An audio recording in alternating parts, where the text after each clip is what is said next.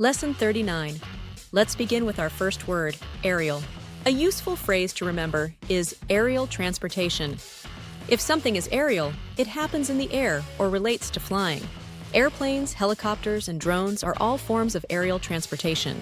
Aerial stunts, like those performed by fighter jets, involve movements high above the ground. The phrase aerial transportation is used when talking about ways of traveling through the sky. Now let's look at competent. A helpful phrase for this word is competent writer. If someone is competent, they are capable and skilled at doing something well. A competent driver follows traffic rules and stays safe on the road. A competent chef knows how to prepare many delicious dishes. The phrase competent writer is used when describing someone who writes clearly, correctly, and effectively. Next, we have effect. A good phrase to remember is effect of studying. An effect is the result of an action or event. The effect of studying is better grades. The effect of exercise is a healthier body. The phrase effect of studying is used when talking about what happens as a result of spending time learning. Let's move on to gesture. An example phrase is hand gesture. A gesture is a movement of the hands, face, or body that expresses something. Waving is a gesture that means hello. A thumbs up is a gesture that means good job. The phrase hand gesture is used when talking about signals people make with their hands to communicate. Now let's talk about indefinite. A useful phrase is indefinite answer. If something is indefinite, it is not clear or certain. An indefinite answer does not give a clear yes or no.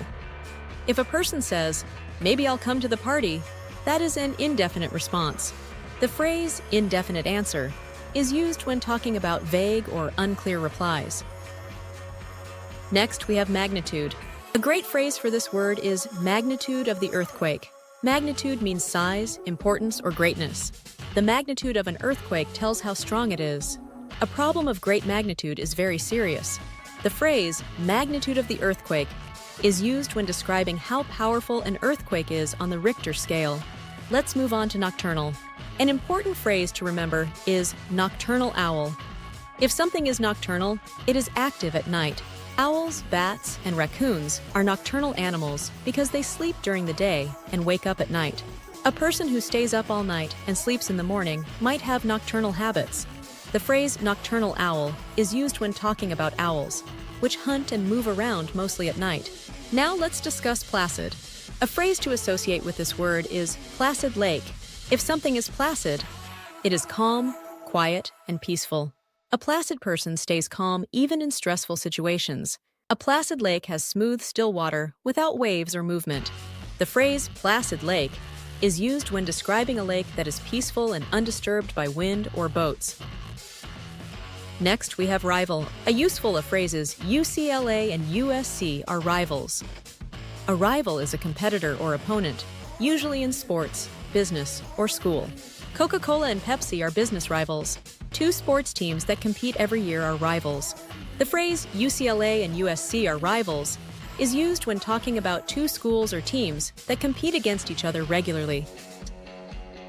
Finally, let's talk about tributary. A helpful phrase is tributary of the Mississippi. A tributary is a smaller river or stream that flows into a larger body of water. The Missouri River is a tributary of the Mississippi River. Many small streams are tributaries that help fill up large lakes and rivers. The phrase tributary of the Mississippi is used when describing smaller rivers that connect to the Mississippi River and add to its water flow. That's the end of Lesson 39. Keep practicing these words and phrases to build your vocabulary and confidence.